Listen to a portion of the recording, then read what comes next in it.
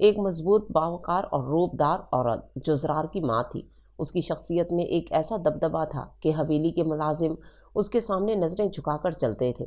زرار نے آنکھوں پر ہاتھ رکھا جیسے روشنی اس کی نیند برباد کر رہی ہو۔ مما پلیز، ابھی صبح ہی تو ہوئی ہے، وہ نیند بھری آواز میں بولا جیسے ابھی کچھ اور سننا چاہتا ہو۔ نائلہ نے غصے سے پردے ہٹائے اور روشنی سیدھا زرار کے چہرے پر آ پڑی۔ اس نے جھنجھلا کر کروٹ بدلی اور تکیہ چہرے پر رکھ لیا۔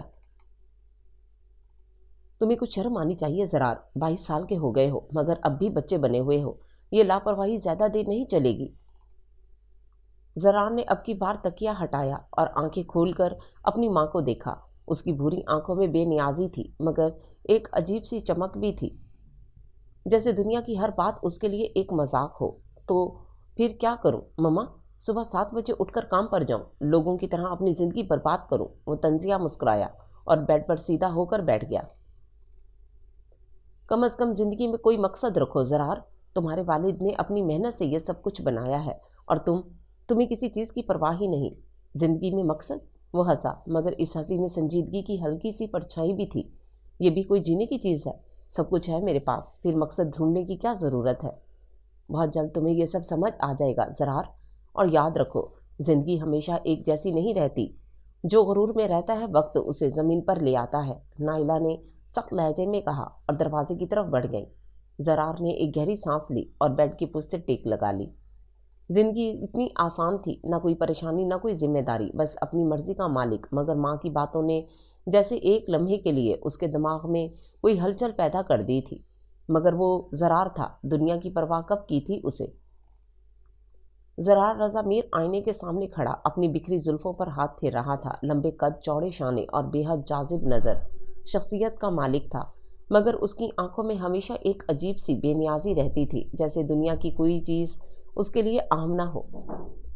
بیڈ کے پاس رکھے سائیڈ ٹیبل پر قیمتی گھڑی پڑی تھی جو دوپہر کے 2:30 بجنے کا اعلان کر رہی تھی۔ وہ ابھی تک نائٹ سوٹ میں ملبوس تھا، جبکہ حویلی کے باقی افراد اپنی مصروفیت میں مشغول ہو چکے تھے۔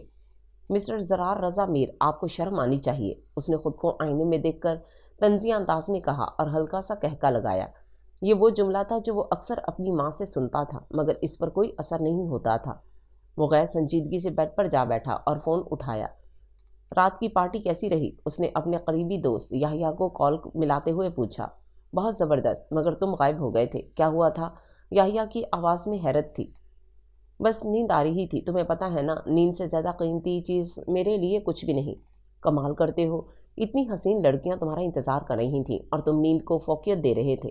زرار ہنسا مگر اس ہنسی میں عجیب سا تکبر تھا۔ خوبصورتی کا کیا ہے، ہر طرف بھری پڑی ہے، دلچسپ چیز کوئی نہیں ہے یار۔